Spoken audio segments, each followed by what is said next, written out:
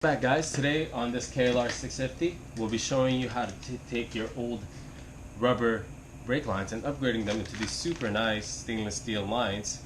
So stick around, we'll show you how to go through the whole process, what tools you'll need, and show you really how easy this process is. So let's start with why you want to do this. If you know anything about the KLRs or any motorcycle with rubber lines, the first few sections of your brake pull may feel a little bit spongy. You may not get that bite right away. My background is I've ridden sport bikes mostly, so when I went to this bike, that brake feel just seemed like it was useless in the first few sections of it. When you have a sport bike with stainless steel lines, that brake is fairly instant and it gives you a really good feedback. That's essentially what we're doing to this motorcycle. We're improving the performance of your brakes, not in the sense of you're going to stop significantly faster, but you'll just get a better feel of what your brakes are doing. The brake component itself does not change. I'm not increasing the rotor size or changing the material on the brake pad, so that itself won't change. But that first few sections of that pull, that sponginess will go away since the master cylinder isn't working to expand the hose, and just it's going straight to the brake pads.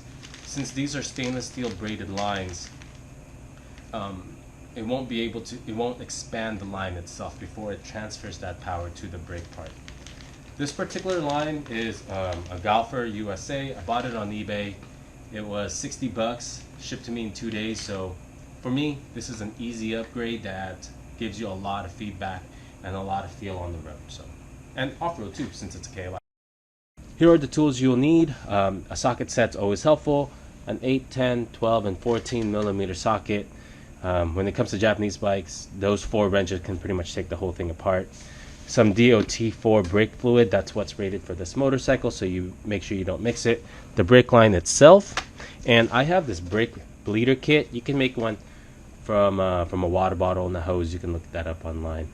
So those are the tools you'll need. Oh, you'll need some rags and somewhere to catch that brake fluid once you crack that open.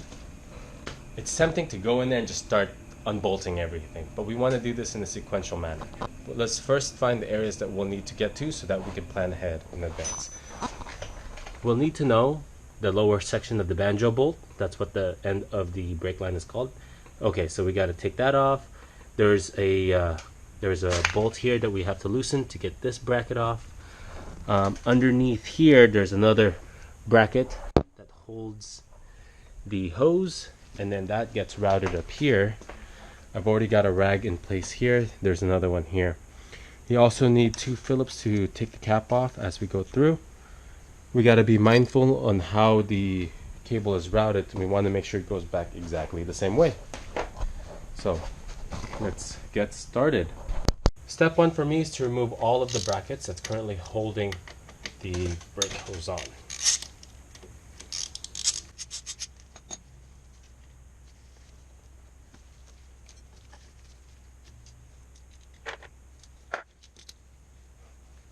Next step is to loosen up the lower banjo bolt. It's going to start dripping, and the reason you want to do the lower one first is so that you can drain the system. There we go. There's going to be a washer on both sides of the banjo bolt, so you got to make sure you don't lose those. Next step is to loosen the upper banjo bolt. Brake fluid is very corrosive to paint, so you want to make sure you don't get any of it on your paint. Old brake line.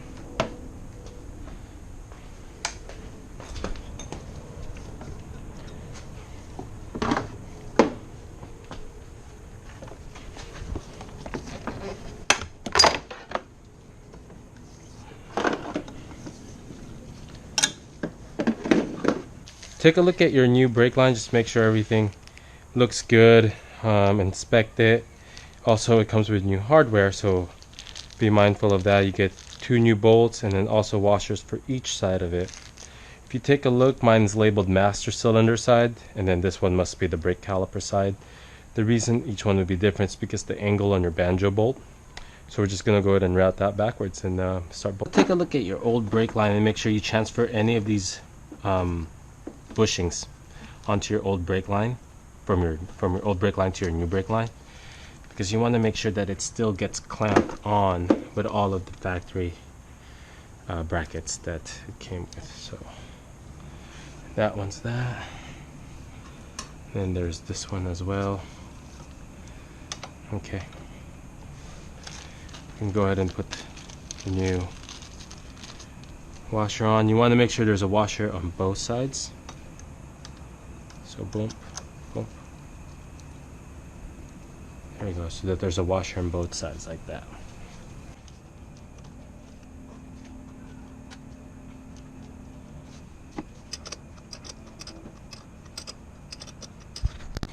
You want to make sure you put all of the brackets that were there before back where you found them.